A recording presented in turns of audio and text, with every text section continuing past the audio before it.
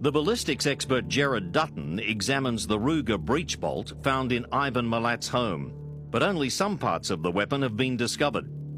So back at the laboratory, I used the breech bolt that we found from the wall cavity. I disassembled another Ruger 1022 rifle, introduced that breech bolt, reassembled the rifle, and then test fired it into our water tank. Now the whole idea of this process was the action of cycling cartridges through the rifle leaves certain marks on the cartridge cases, and in particular the face of the breech bolt will leave certain marks, as does the firing pin, the extractor, and so on.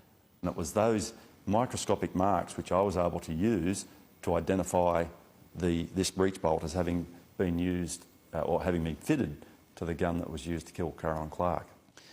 And so, yeah, I distinctly remember the hairs on the back of my neck standing on end. It was a very unique moment.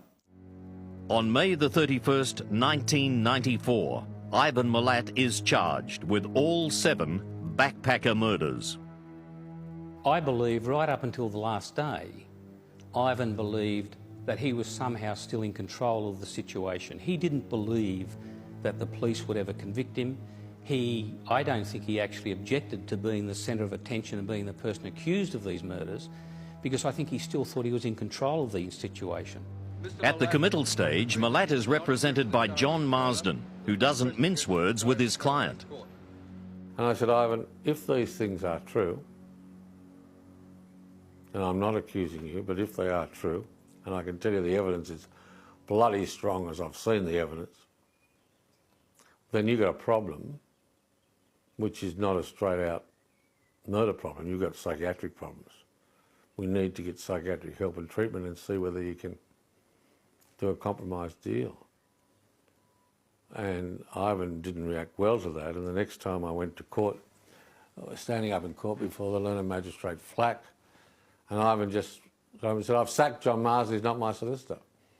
And that was the last contact I had with Ivan Milat. At the committal hearing, Simone Schmidl's father, Herbert, is asked to identify some of Simmy's belongings.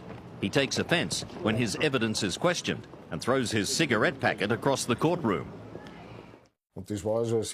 I was in a situation which one does not experience every day.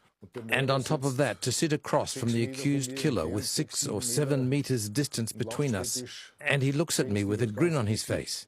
I don't know why I did this, but it gave me great satisfaction, throwing that cigarette packet, as I felt the defence lawyer was trying to catch me out.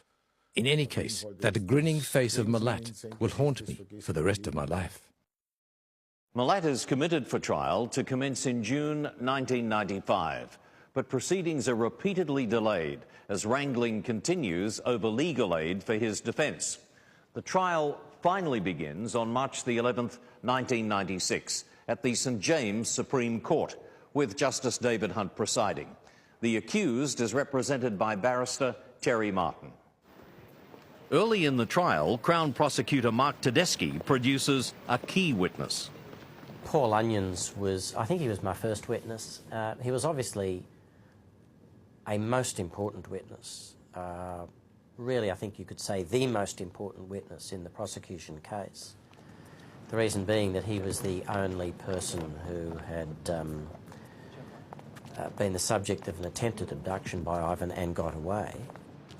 And Ivan had not just Paul Onions, but all of this circumstantial evidence and forensic evidence, his possession of voluminous amounts of backpacking equipment which could be proven had come from these 7 deceased backpackers.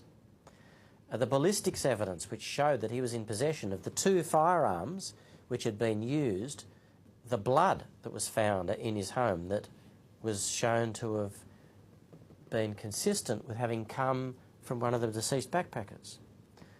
His possession of cable ties that were the same as the cable ties at one of the death scenes. His possession of material identical to that which had been used in one of the other restraints on one of the other backpackers. I mean, there was an enormous amount of evidence. I might have told you, less than half of it, less than a quarter of it.